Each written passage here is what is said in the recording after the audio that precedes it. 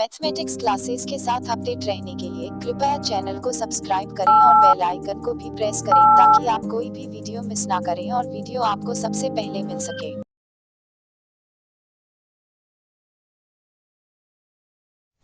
Question number 1.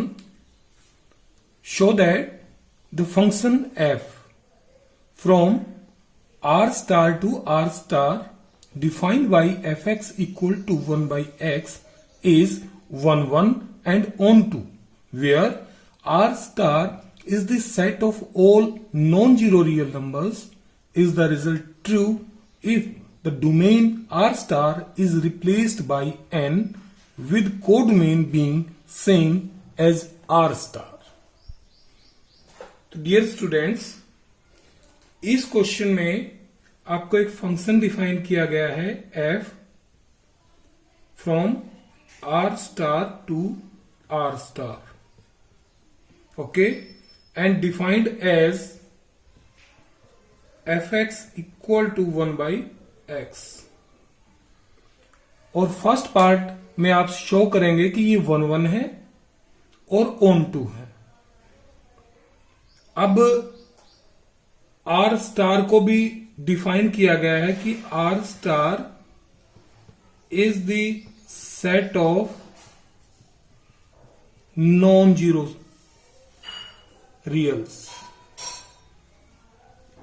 इसको एक diagram से देख लेते हैं एक बार कि एक सेट ये है r स्टार, ये दूसरा सेट r स्टार, और फंक्शन यहां से यहां डिफाइन होता है और fx equal to 1 by x. अब क्योंकि यहां बहुत सारे रियल नंबर्स हैं, जीरो नहीं है, यहां भी बहुत सारे रियल नंबर हैं जीरो को छोड़ करके। अब इस स्थिति में क्या fx equal to 1 by x 1 1 होगा और ऑन 2 होगा? पहले चेक करते हैं 1 1 के लिए। 4 1 1।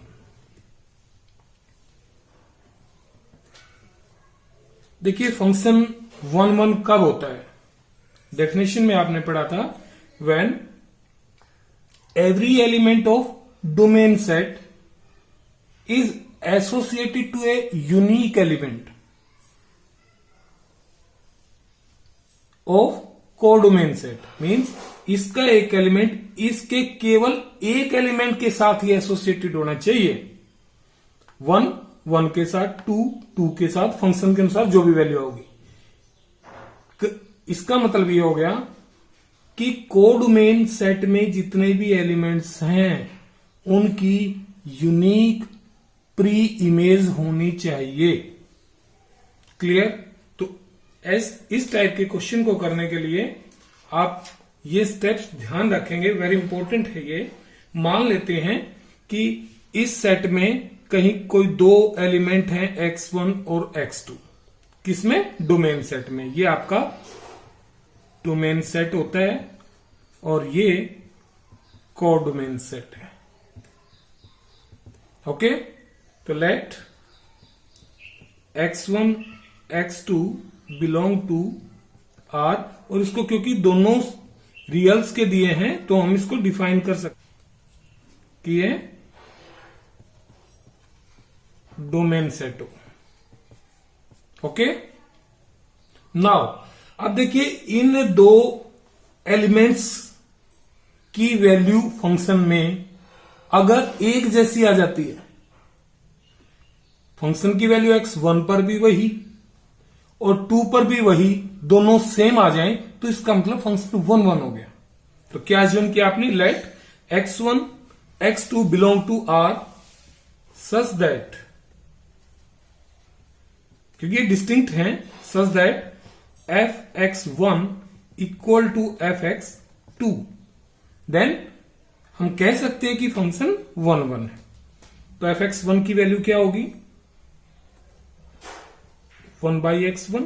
फंक्शन में x के रिप्लेस कर देंगे x1 से, and 1 by x2। and 1 by x2. It means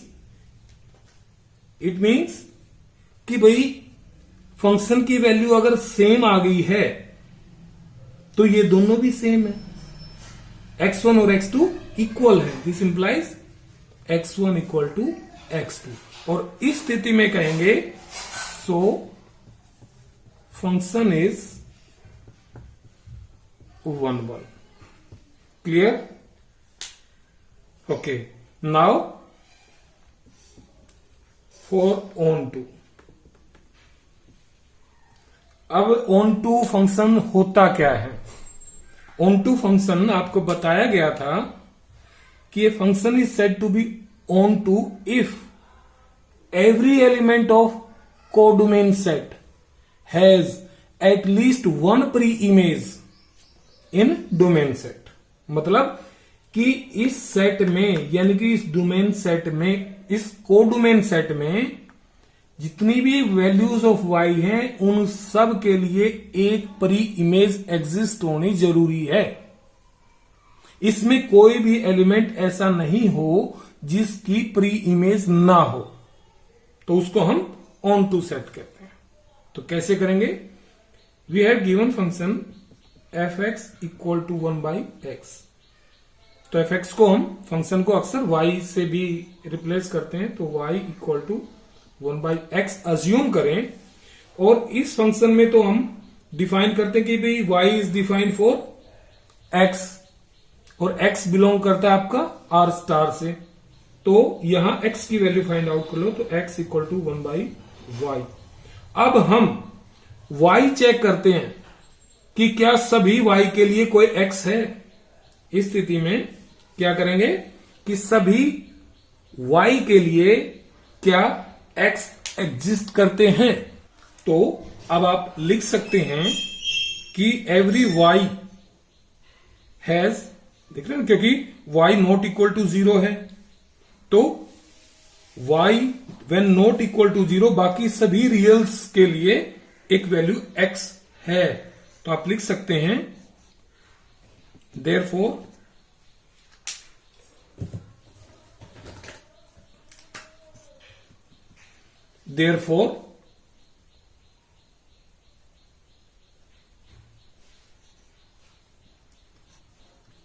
for every y belong to r star, codomain set रहेगा, कोडोमेन सेट. और ये इसलिए दिखाना पड़ रहा है क्योंकि दोनों सेट हमें r स्टार गिवन है. Has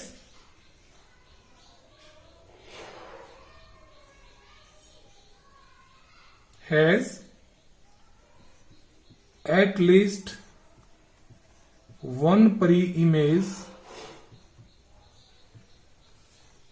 in R star, that is domain set. इसका मतलब क्या हो गया कि यहां जितने भी y एग्जिस्ट करते हैं एक्सेप्ट 0, उन सभी के लिए एक x एग्जिस्ट कर रहा है. So function is 1 1. ओके. तो नाउ ये फंक्शन आपका 1 1 और on2 तो हो गया. नाउ अब इसमें क्या कहा है कि डोमेन सेट को नेचुरल नंबर से रिप्लेस कर दिया और कोडोमेन सेट आपका सेम r स्टार रखें, तो क्या रिजल्ट ट्रू होगा? 4 1 1. सेम उसी तरह से अपने डोमेन सेट में let x1 x2 belong to n such that fx1 equal to fx2. Okay. तो अब fx1 की वैल्यू क्या रहेगी? फंक्शन की value 1 by x1 equal to 1 by x2. It means solve करें तो x1 इक्वल टू x2. इसका मतलब वही सेम कि इसमें दो एलिमेंट्स मान लिया हमने और उन दोनों की वैल्यू सेम आ गई, तो एक एलिमेंट एक के साथ ही अटैच्ड है। So function is 1 1। Now for onto, अब ऑन टू के लिए आपको क्या चेक करना है कि कोडोमेन सेट में कोई ऐसा एलिमेंट तो नहीं है जिसकी इस डोमेन सेट में प्री इमेज ना हो।